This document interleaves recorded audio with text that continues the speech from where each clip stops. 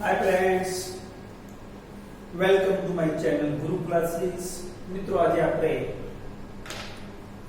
poem 2 pencil એની ચર્ચા કરીશું and this poem was written by Jayant Parmar અને આ જે કવિ છે જયંત પરમાર છે. તો મિત્રો સૌથી પહેલા આપણે જે કવિની ગ્લોસરી છે, સિનોનિમ્સ છે, પછી સ્ટાન્જાસ અને એના ક્વેશ્ચન આન્સરની ચર્ચા કરીએ તો કવિનો પરિચય પણ આપણે મેળવી લઈએ. સૌથી પહેલા આપણે પોએટ વિશે થોડી માહિતી લઈએ. Here is the picture of our poet Jayant Parmar. અહીંયા જયંત પરમારનું પિક્ચર આપવામાં આવ્યું છે. હવે એમની ડીપમાં થોડી માહિતી લઈએ. Jayant Parmar was born 11th October 1954. Jayant પરમારનો જન્મ 11 ઓક્ટોબર 1954 માં થયો હતો. He is an Indian Urdu language poet known for raising Dalit issues in his poetry. આ એક ઉર્દુ કવિ તરીકે જાણીતા છે અને ખાસ કરીને પોતાના કાવ્યોની અંદર જે દલિતોના પ્રશ્નો હતા એના વિશે મેં ચર્ચા કરેલી છે. Parmar was born in a poor family. એમનો જન્મ એક ગરીબ કુટુંબમાં થયો હતો. At a young age he began to paint miniature painting for a frame maker. શરૂઆતમાં એમણે જે પોસ્ટર્સ નાના જે પોસ્ટર્સ બનાવતા હતા, ફ્રેમિંગ કરતા હતા, એનો વ્યવસાય શરૂ કર્યો હતો. એક પેઇન્ટર તરીકેનું જે છબીકાર કહેવાય, તસવીર બનાવતા હતા. Parmar realized that the frame maker had a separate pot for him because he was Dalit. પોતે દલિત હતા એટલે એમને લાગ્યું કે આ વ્યવસાયની અંદર મારો આ વ્યવસાય બરાબર ચાલશે નહીં, મને આમાં બહુ રોજી મળશે નહીં. This saddened Parmar and he quit. આનાથી પરમાર થોડા દુખી થઈ ગયા અને આ વ્યવસાય છોડી દીધો. કારણ પોતે દલિત હતા અને લાગ્યું કે મારી આ તસવીરો હું બનાવીશ, કોણ લેશે? સ્વર્ણ લોકો લેશે નહીં. એટલે એ વ્યવસાયને થોડો છોડી દીધો. એના કારણે દુખી પણ થયા. Parmar taught himself Urdu from a language learning guide at age 30 after he developed an appreciation for Urdu poetry while living in a Muslim dominated area in the walled city area of Ahmedabad.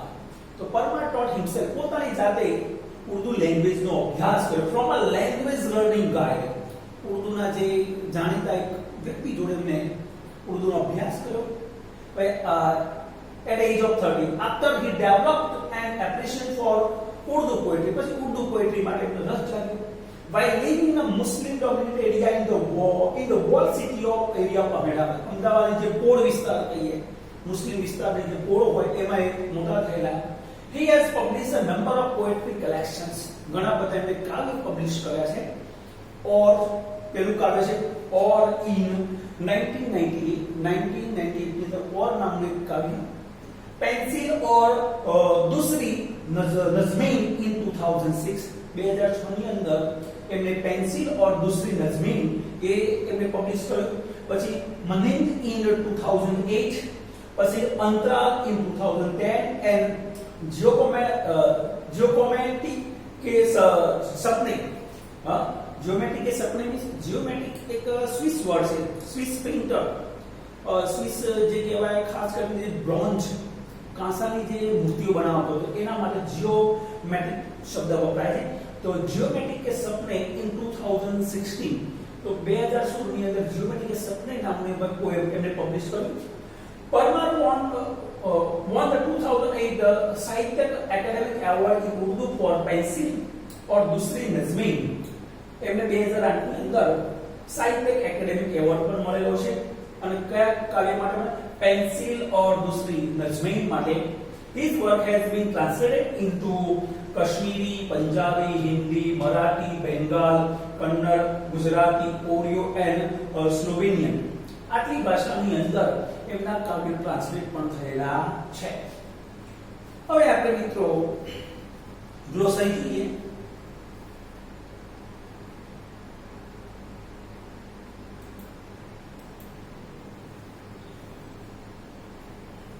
Light પ્રજ્વલિત કરવું, સળગાવવું, પેન્સિલને છોલવી એના અર્થમાં છે light શબ્દ. Sharpener એ સંચો, pencil છોલવા માટેનું સાધન. Glasses એટલે ચશ્મા, ચેરિયોટ એટલે રથ, કન્વર્સેશન એટલે વાર્તાલાપ, પેચ એટલે થીગડું, ક્લાઉડ એટલે વાદળ, સ્વિમ એટલે તરવું, વોટરફોલ એટલે ધોધ, પછી સ્કેસ્ટી એટલે અત્યાનંદ, એંગર એટલે ગુસ્સો, ટીપ એટલે પેન્સિલની અણી, આણીને પણ અણી, કેન્ડલ એટલે જ્યોત, એક્સટિંગ્વિશ એટલે બુઝાવી દેવું, તોડી દેવું એના અર્થ, આમ બુઝાવવું થાય, આગ બુઝાવીના અર્થમાં, પણ અહીંયા તોડી દેવું એના અર્થમાં છે. રિમેન્સ એટલે રહી જવું અથવા ટકી રહેવું, અટકી જવું. સિનોનિમ્સ મિત્રો, glasses the spectacles, anger તો irritation, remains એટલે stay. હવે મિત્રો હવે સ્ટાન્ડર્ડ જોઈએ આપણે. Pencil. My daughter, little dear daughter, મારી દીકરી, મારી વહાલી દીકરી, lights a pencil, pencil chole છે. અહીંયા લાઇટ્સ નો મતલબ છે છોલવું, સળગાવવું નહીં. with the sharpener, મારી દીકરી, મારી વહાલી દીકરી સંચા વડે પેન્સિલ છોલે છે. The sky of the white paper begins to be filled with light, અને આકાશરૂપી સફેદ કાગળમાં પ્રકાશ રેલાવા લાગે છે. એટલે ચિત્ર દોરવાનું શરૂ કરે છે.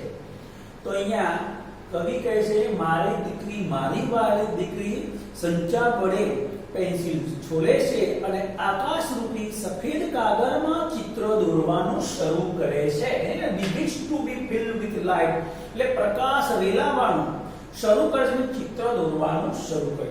Who lights the pencil? અહીંયા પેન્સિલ કોણ છોલે છે? a girl lights the pencil. હા, અથવા poet's daughter lights the pencil. With what does she light the pencil? Pencil શાના વડે છોલે છે?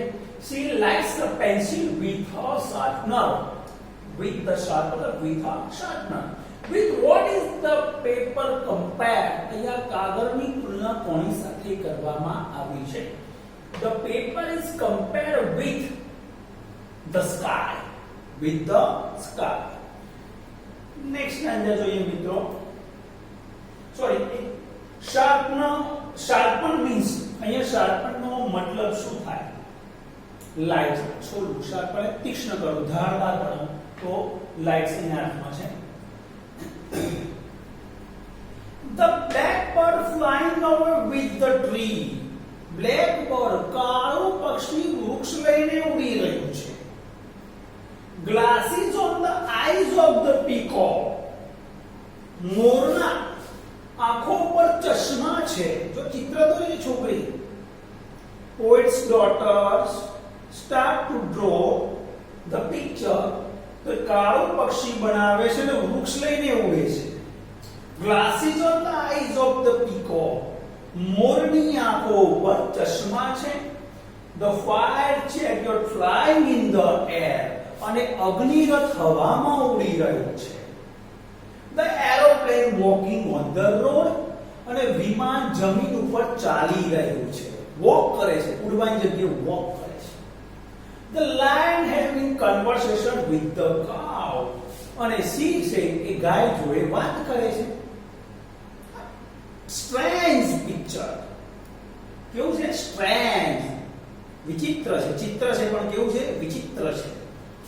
તો કાળું પક્ષી વૃક્ષ લઈને ઉડી રહ્યું છે, મોરે ચશ્મા પહેર્યા છે, અગ્નિરથ ચાલવાની જગ્યાએ રોડ ઉપર દોડવાની જગ્યાએ હવામાં ઉડે છે, એરોપ્લેન હવામાં ઉડવાની જગ્યાએ જમીન ઉપર ચાલે છે, અને લાયન જે ખરેખર ગાયને મારી નાખે, હુમલો કરે, એની જગ્યાએ વાત કરે છે. ગાય જોડે બહુ વાત કરે છે. With what is the bird flying away? The bird is flying with the tree, or the flying over with the tree. Who wears the glasses? ચશ્મા કોને પહેર્યા છે? The peacock wears the glasses. What is there in the air? હવામાં શું છે? A fire chariot. A fire chariot is in the air. અથવા there is a fire chariot in the air. There is a fire chariot in the air. Is the aeroplane flying in the sky?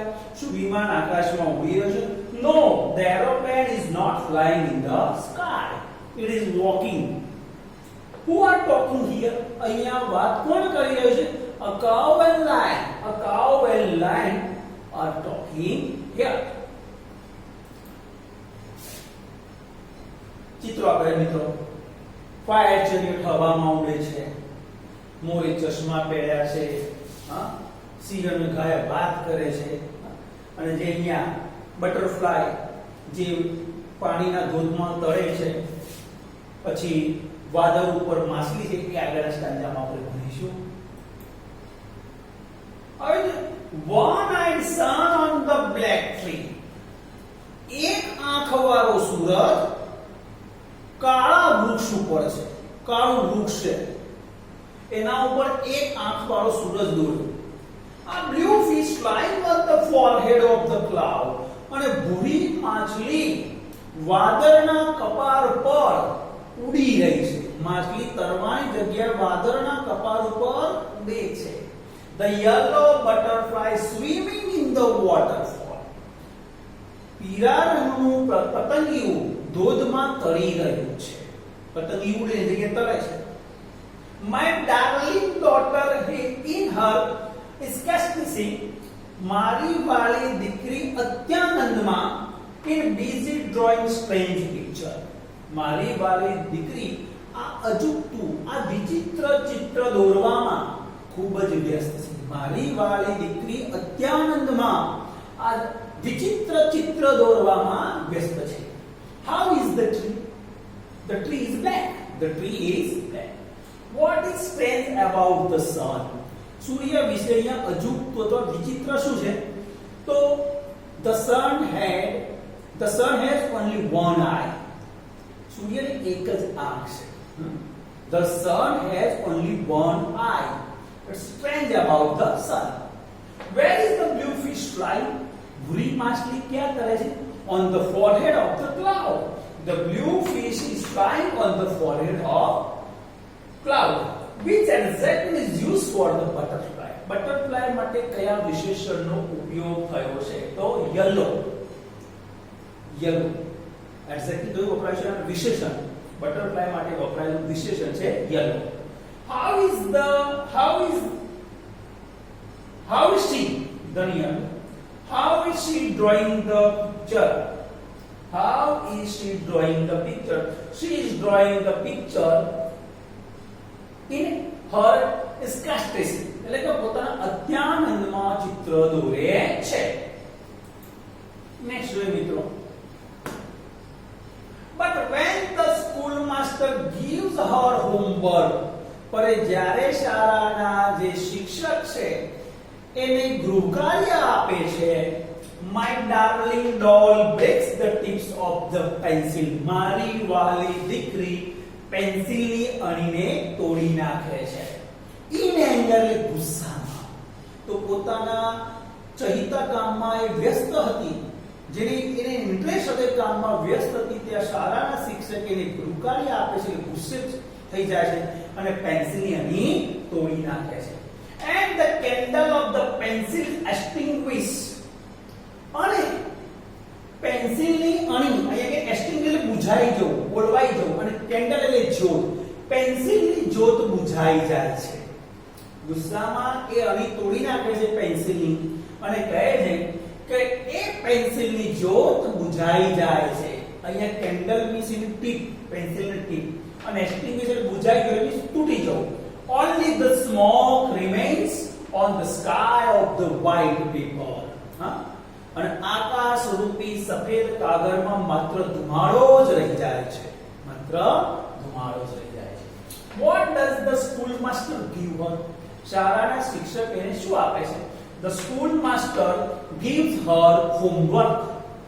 what is the reaction of the girl? અહીંયા ગૃહકાર્ય આપ્યું, reaction શું હતું? તો the girl breaks the tip of the pencil in anger. It's a reaction.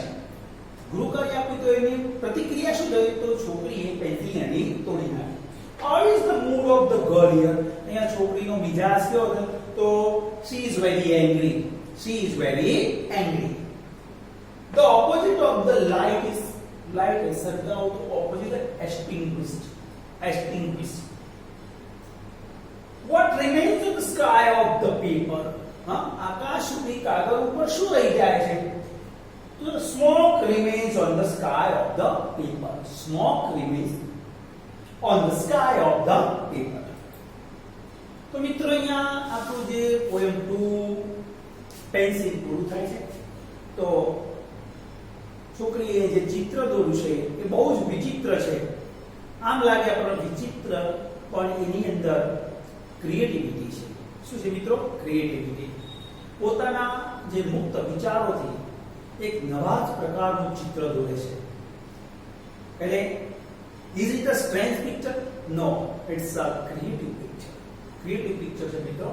તો મિત્રો હવે next લેક્ચરમાં આપણે મળીએ. ત્યાં સુધી બધા મિત્રોને મારા બાય બાય, ટેક કેર.